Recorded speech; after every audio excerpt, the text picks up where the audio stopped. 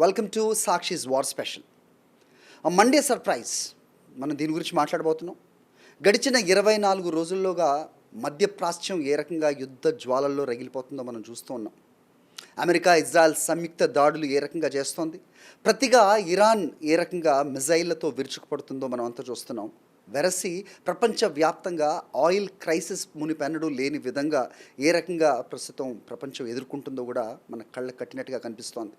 అక్కడెక్కడో జరుగుతున్న యుద్ధం మన భారతదేశంలో ఇటు గ్యాస్ సంక్షోభానికి అలాగే ఆయిల్ ప్రైజెస్ పెరగడానికి ఏ రకంగా దోహదపడ్డాయి, అలాగే ఆ మంటలు ఏవైతే ఉన్నాయో అవి మన ఇండియాలో ఉన్న కిచెన్ల వరకు ఏ రకంగా వస్తున్నాయో అనేది కూడా మనం చూస్తున్నాం. సో వీటన్నిటి మధ్య 24 రోజుల తర్వాత ఒక వార్ డీఎస్కలేషన్ దిశగా అడుగులు పడ్డాయా అన్నట్టుగా ట్రంప్ చేసిన లేటెస్ట్ ప్రకటన చూస్తే అర్థమవుతుంది. సో ఎవరో కాదు, సాక్షాత్తు ట్రంపే చేసిన ప్రకటన. ఆయన సోషల్ మీడియా ఏదైతే ఉంటుంది ట్రూత్, దాంట్లో ఆయన చేసిన పోస్ట్ ద్వారా తెలుస్తోంది. ఖచ్చితంగా ఇది డీఎస్కలేషన్ దిశగా వెళ్తున్నాయి అనేది సంకేతాలు వస్తూ ఉన్నాయి. ఎందుకంటే మనం చూసాం ఈ 48 గంటల గడువు ఇవ్వటం ఇరాన్కు. So Hormuz, strait of Hormuz ఏదైతే ఉందో దీన్ని ఓపెన్ చేయకపోతే కనుక ఇరాన్లో ఉన్న న్యూక్లియర్ ప్లాంట్స్ అలాగే ఎనర్జీ ప్లాంట్స్ ఏవైతే ఉంటాయో వాటన్నిటి మీద మేము దాడులు చేస్తాం అని హెచ్చరించిన నేపథ్యంలో, సో సోమవారానికి ఈ డెడ్ లైన్ ముగుస్తున్న నేపథ్యంలో ఈ వార్ ఇంకా ఎంత డిటీరియేట్ చేస్తుంది అనేది అందరూ కూడా భయపడిన విషయం మనకు తెలిసిందే. అయితే ఈ దశలో ట్రంప్ చేసిన పోస్ట్ చాలా కీలకంగా మారింది. ఆయన ఈ 5 రోజులు ఈ దాడుల్ని పోస్ట్పోన్ చేస్తున్నట్టుగా తెలుస్తోంది. అయితే ఇది కేవలం ఒక పాజ్గా భావించాలా, లేదంటే ప్రస్తుతం ఉన్న సిచ్యువేషన్లో ఒక బ్రీదర్గా భావించాలా, లేదంటే ఫర్దర్గా జరగబోయే దాడులకు ఇదొక జస్ట్ గ్యాప్గా భావించాలా? ఏదేమైనప్పటికీ దీని ఇంపాక్ట్ మాత్రం ఎకనమిక్గా, సో ఆర్థిక వ్యవస్థ మీద అయితే ఖచ్చితంగా చూపిస్తోంది. ఆల్రెడీ స్టాక్ మార్కెట్స్ ఒకంత కోలుకుంటున్నట్టుగా కూడా ప్రస్తుతం మనకి ట్రెండ్స్ చూస్తే కూడా అర్థమవుతుంది. అయితే నిన్న ఆయన చేసిన ప్రకటనప్పుడు ఇక్కడ ఇండియాలో, భారతదేశంలో మండే ఈవినింగ్ కాబట్టి ఆ ఇంపాక్ట్ ఇవాళ ఉదయం నుంచి కూడా కనిపిస్తుందా అన్న యానలిస్టుల అంచనాలకు తగ్గట్టుగానే ట్రెండ్ ఉంటుంది అనేది కూడా కొంతమంది చెప్తూ ఉన్నారు. అయితే సో ఈ ప్రకటన వెనక ఏం జరిగింది, వాట్ లెడ్ దిస్ అంటే వీకెండ్ ఒకసారి మనం చూసుకుంటే కనుక సాటర్డే రోజున సో ఇజ్రాయెల్ అలాగే అమెరికా సంయుక్తంగా చేసిన దాడులు ఇరాన్ న్యూక్లియర్ ప్లాంట్ మీద చాలా బీభత్సంగా చూపించాయి. అది కూడా సెంట్రల్ ప్రావిన్స్ అయిన ఇరాన్లో ఉన్న నతాన్స్ అనే సిటీ మీద వీళ్ళు చేసిన దాడులు ఆ న్యూక్లియర్ ప్లాంట్ని ధ్వంసం చేయడానికి ఏ రకంగా దాడులు చేసే మనం చూసాం. అయితే ఇరాన్ ఊరుకుందా? ఖచ్చితంగా లేదు. దానికి ప్రతిగా ఇజ్రాయెల్ సిటీస్ అయిన అరాద్ అలాగే డిమోనాపై విరుచుకుపడ్డాయి. అయితే ఇజ్రాయెల్ చెప్తోంది 98% మిజైల్స్ని మేము ఇంటర్సెప్ట్ చేయగలిగామని. But 2 missiles strike down. దాదాపు 180 మంది అక్కడ గాయపడడం కూడా జరిగింది. దాదాపు ఒక పెద్ద భవనాలు కూడా పూర్తిగా ధ్వంసమైన నేపథ్యం. సో ఈ క్రమంలో ట్రంప్ చేసిన ఈ పోస్ట్ చాలా కీలకంగా మారింది. అంటే ట్రంప్ ఒక అడుగు వెనకేస్తున్నారా అనే విధంగా కూడా దీన్ని చాలామంది విశ్లేషిస్తున్నారు. అయితే ట్రంప్ తోటి ఏదైనా సాధ్యమే. ఆయన చేసిన ఈ పోస్ట్ ఏదైతే ఉందో అది వాస్తవంగా నిజంగానే ఇది డీఎస్కలేషన్కి దారి తీస్తుండొచ్చు, లేదంటే ఆయన ఒక పాజ్ ఇచ్చి ఫర్దర్గా స్ట్రైక్స్ చేయడానికి దీన్ని ఒక గ్యాప్గా తీసుకుంటుండొచ్చు, లేదంటే ప్రపంచ ఆర్థిక వ్యవస్థ అలాగే అమెరికా ముందున్న మిడ్ టర్మ్ ఎలక్షన్స్ అవ్వచ్చు. ఇవన్నీ కూడా కారణాలు కావచ్చు. అలాగే అమెరికన్ కాంగ్రెస్తో పాటుగా అమెరికాలో ఉన్న మెజారిటీ ఎవరైతే ఉన్నారో అమెరికన్ ప్రజలు, వాళ్ళందరూ కూడా ఈ వార్కు వ్యతిరేకంగా గళం విప్పుతున్న పరిస్థితులు కూడా కారణమై ఉండొచ్చు. ఎందుకంటే ట్రంప్ తోటి ఏదైనా సాధ్యమే, ఇది మనందరికీ తెలిసిన విషయమే. అయితే ట్రంప్ ఎవరితో చర్చిస్తున్నట్టు? ఇరాన్ అలాగే యుఎస్ మధ్య చర్చలు జరుగుతున్నాయి అని ట్రంప్ అనౌన్స్ చేసిన దాన్ని ఇరాన్ రెజిమ్ అయితే కన్ఫర్మ్ చేయట్లేదు. ఒకవేళ ఈ చర్చలు జరుగుతుంటే యుఎస్ ప్రెసిడెంట్ ఎవరితో చర్చిస్తున్నారు? ఇజ్రాయెల్ చెప్తోంది Mohammad Bagher Ghalibaf is a speaker of the parliament, అతనితో చర్చలు జరుపుతూ ఉన్నారు. ఆయన యుఎస్ మెసేజెస్ను ఇప్పుడున్న కొత్త రెజిమ్కి పంపిస్తున్నారు. సో దాదాపు 2 వారాలుగా ఈ ప్రక్రియ కొనసాగుతున్నప్పటికీ ఇప్పుడు ఒక సత్ఫలితాలను ఇస్తుంది అనేది ట్రంప్ చెప్తున్న మాట. అయితే దీన్ని కన్ఫర్మ్ చేయకుండానే ఇరాన్ కొన్ని లీక్స్ అయితే ఇస్తుంది. అఫ్కోర్స్ టాక్స్ ఆర్ ఆన్ అని. సో డీఎస్కలేషన్ దిశగా ఉండొచ్చు చర్యలు అనేది కూడా తెలుస్తున్న పరిస్థితి అయితే మనకు కనిపిస్తుంది.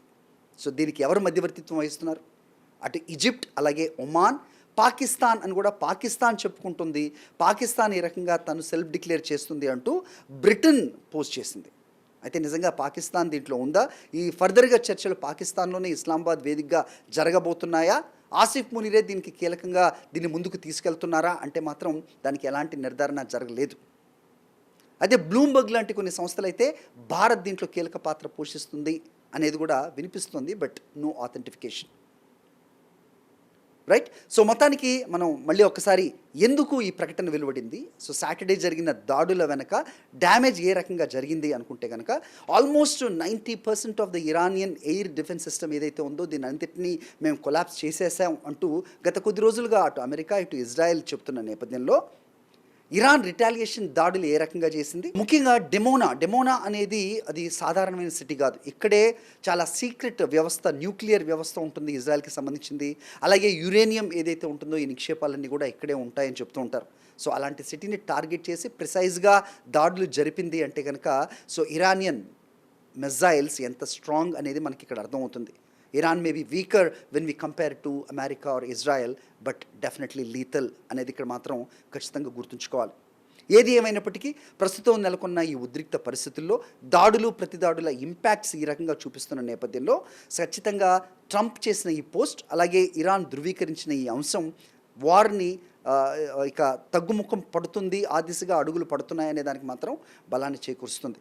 ఇంకొక ముఖ్యమైన అంశం మాట్లాడాలి అంటే బై అండ్ లార్జ్ సిచ్యువేషన్ ఏంటి అంటే స్టిల్ నెగిటివ్ అనే చెప్పాలి.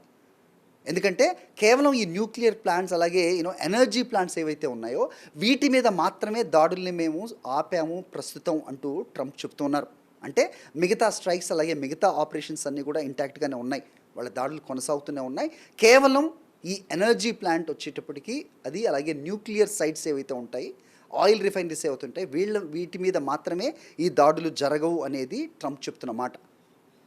రైట్. అయితే ఈ యూఎస్ వెనక్కి తగ్గినా మరి ఇజ్రాయెల్ వెనక్కి తగ్గుతుందా? This is another crucial question. Because Israel నుంచి ఎలాంటి ప్రకటన రాలేదు. యూఎస్ ఒకవేళ వెనక్కి తగ్గినప్పటికీ యుద్ధాన్ని మేము కొనసాగిస్తాం, ఆర్ దట్ ఈ ప్రకటన తర్వాత ఈ సిచ్యువేషన్, ఈ చర్చలు కానీ దీని ఒకవేళ ఫలవంతం అయినా అవ్వకపోయినా ఆ రిజల్ట్ వచ్చే లోపు మేము చేయాల్సిన దాడులు మేము చేయాలి, మా టార్గెట్స్ని మేము అచీవ్ చేయాలి అనే దిశగా ఇజ్రాయెల్ ఆలోచిస్తోంది. దానికి ప్రతిగా ఇరాన్ దాడులు చేస్తోంది. టోటల్గా సిచ్యువేషన్ అయితే స్టిల్ వాలటైల్ అని చెప్పాలి. బట్ మనకి గతంలో లేనిదే ఒక గత 2 వారాలుగా ఇప్పుడు ఉన్నది ఏంటంటే కనుక ఖచ్చితంగా ఈ వార్ని తగ్గించే దిశగా, అంటే డీఎస్కలేట్ చేసే దిశగానే అడుగులు పడుతున్నాయి. ఎందుకంటే కంప్లీట్గా స్ట్రెయిట్ ఆఫ్ హార్మోజ్ని ఇరాన్ మూసేసినట్టయితే కనుక దాని ఇంపాక్ట్ ప్రస్తుతం ప్రపంచ దేశాలు ఏ రకంగా చూస్తున్నాయో మనం చూస్తున్నాం. అందుకే కంప్లీట్ కూడా గల్ఫ్ కంట్రీస్ ఒక స్ట్రాటజీని అనుసరిస్తున్నాయి. యూఎస్కి ఒక రిక్వెస్ట్ కూడా పెట్టాయి, దాడులు చేసే ముందు ఒకసారి కంప్లీట్గా సిచ్యువేషన్ని అనలైజ్ చేయాలి. ఎందుకంటే ఇది ఒక హార్మోజ్ స్ట్రైట్ని క్లోజ్ చేసినట్టయితే కనుక గల్ఫ్ కంట్రీస్తో పాటుగా చైనా, భారత్ లాంటి ఒక మేజర్ ఎకానమీస్ కూడా పూర్తిగా ధ్వంసం, దెబ్బతినే అవకాశం ఉన్న నేపథ్యంలోనే సో ఈ దిశగా అడుగులు పడుతున్నాయనేది మాత్రం ఖచ్చితంగా అర్థమవుతోంది. దీని తర్వాత ఇరాన్ ఈ హార్మోజ్ స్ట్రైట్ ఏదైతే ఉందో ఇక్కడి నుంచి షిప్స్ వెళ్ళడానికి టోల్ని వసూలు చేస్తుంది అనేది కూడా వినిపిస్తుంది. బట్ ఇంటర్నేషనల్ లా దానికి అనుమతిస్తుందా లేదా అనేది కూడా ఒక ప్రశ్నే.